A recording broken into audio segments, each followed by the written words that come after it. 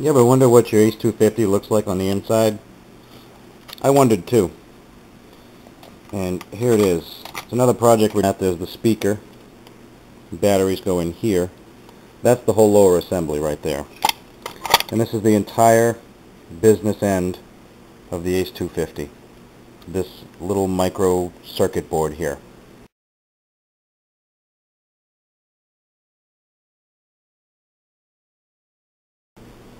They're little square LEDs with 4 posts on them. The Radio Shack part number 2760023. They've got 4 legs on them. They're little tiny squares. They work up to 4 volts. And if you look on the circuit board, if you have this thing apart, and you look right over here, there are some random solder points over here that are just not even being used. You're going to have to test them to see which ones you want to use, but the two you see, the black wire and the red wire, positive and negative respectively, give out 4 volts. So I was able to use those 2 connections. So I'm going to put this thing back together and show you how it works. Okay, so we totally changed the plan. We're still using those 2 positive and negative DC outs that are on that board, but instead of going with an under the screen backlight, which didn't work for crap, all I had was 2 blue dots on the screen and couldn't read anything, we're going to try something else. You get the idea of where we're going here. I just needed to pull power out of there, so I'll be back, see how this goes.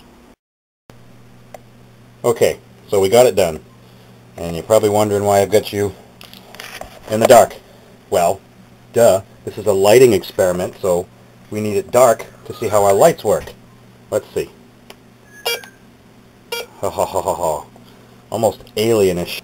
I know you're getting a glare off of my screen on the detector, but I'm not. Believe me, this is really cool.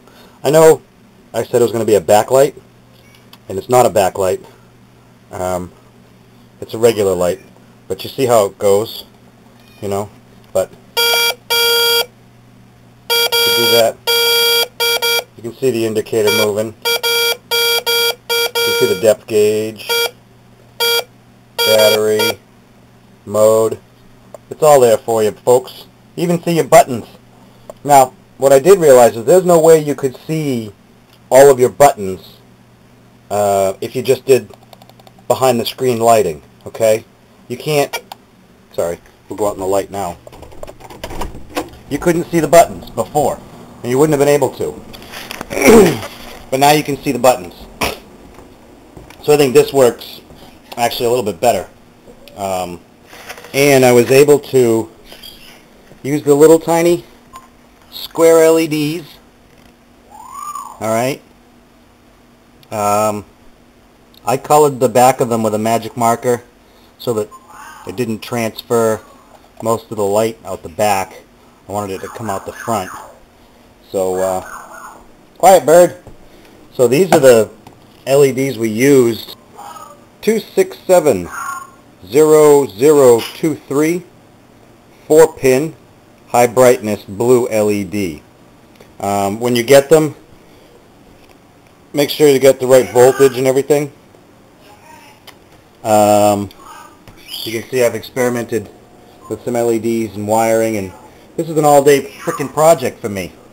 So we come out of that circuit board where I showed you the positive and negative was, and that plastic's not that soft. It chipped.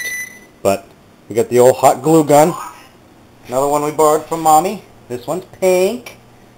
Okay. And it's just fabulous. So we hot glued around there. I didn't hot glue the cover to the machine though. And I was able to get these at an angle. See how they're tipped down? Okay.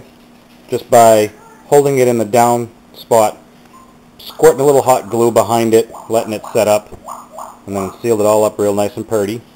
But this stuff isn't super permanent like epoxy would be. So they're hooked right up to the power, and not obnoxious when it's even bright. It looks way different on camera. I can look at it in person, and it's totally different.